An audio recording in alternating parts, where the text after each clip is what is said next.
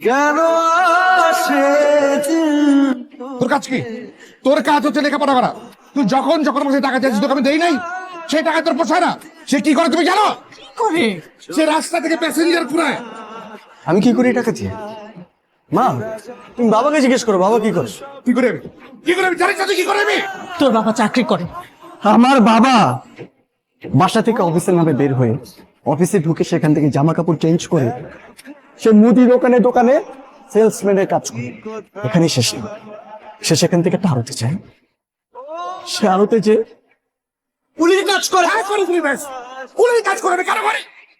বা ভুল ঝামেলা করি, আমার পরিবারের জন্য আমি করি। সমস্যা কি? তো তুমি যদি আমার জন্য, এই পরিবারের জন্য কুলির কাজ করতে পারো, তাহলে কি আমি সন্তান হিসেবে রাইট শেয়ারিং করতে পারি না?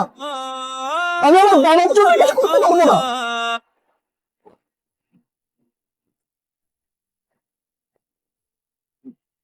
আরিফ ভাই, কিরে ঋষাদ, কই তুই? দ্রুত দক্ষিণায়। ভাই আমি যাত্রী নিয়ে মতিঝিলের দিকে যাইতেছি, এখন আসতে পারবো না। আরে ভাই, মালিহা তোর জন্য অপেক্ষা করতেছে। তোর এতক্ষণ লাগে আসতে? আরে মির্জা স্যার যাত্রী নামাইতে আসছি। কতক্ষণ আমরা দাঁড়ায় আছি। বেশি রাগ করছে?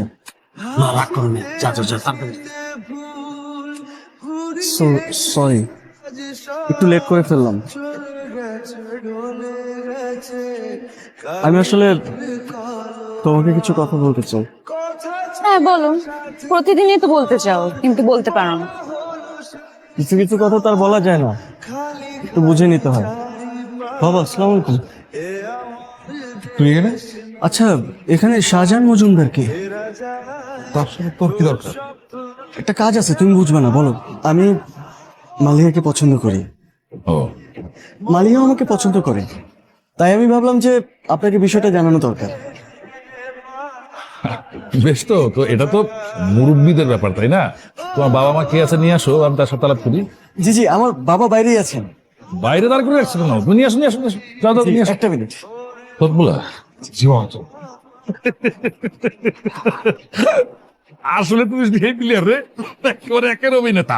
বাপ আর পুত্র মিলা কি অভিনয় শুরু করছে আমার লগে, নাটক। হ্যাঁ হ্যাঁ, আমার মেয়ের পিছনে লাগছে রে। রাজকন্যা তো সব একবার লয়ে যাবি কেন? কেন্নের পুত, তখন শিখাস তাই কোন জায়গায় কি করতে হয়, কোন জায়গায় নজর দিতে হয় না। খবরদার আঙ্কেল! আপনি আমাকে যাবো না বলেন, আমার বাবাকে কিছু বলবেন না।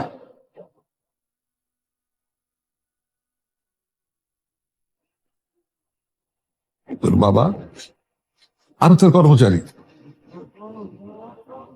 তার কারণে তুই তোর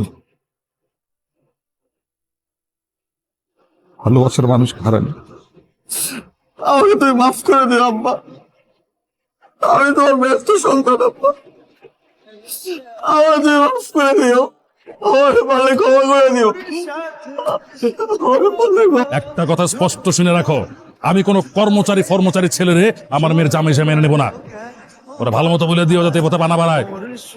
অতীত ভুলে যেও না, তুমিও একদিন আমার বাবার আড়তে সাধারণ কর্মচারী ছিলে, গিয়েছিলে না আমাদের বিয়ের প্রস্তাব নিয়ে? আমার বাবা তো ঠিকই মেনে নিয়েছিল। আর এই ছেলের বাবা তো তোমার এখানে কর্মচারী না, সে তোমার ম্যানেজার। আর এই যে তুমি সয় সম্পত্তির এত অহংকার করছো না, এগুলো তো কোনো কিছুই তোমার করা না, সব আমার বাবার থেকে পাওয়া।